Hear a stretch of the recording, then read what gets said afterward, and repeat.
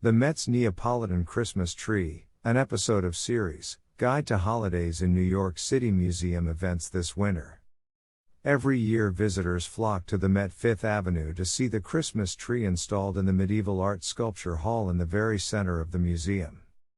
A traditional Northern European fir tree is combined with a collection of 18th century Neapolitan sculptures representing the traditional presepio, or Christmas village. This unusual combination has been a Met tradition since 1957, and every year more than 200 figures are displayed in new settings and arrangements.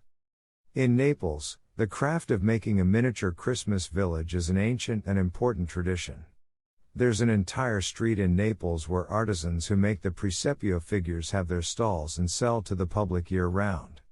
The figures at the Met are based on designs by the most famous sculptors and set designers of 18th century Naples. You'll also want to make sure to check the Met's calendar for concerts and performances set in front of the tree. Admission to the museum is free, but a suggested donation of $10 helps fund museum activities like the Neapolitan Christmas tree.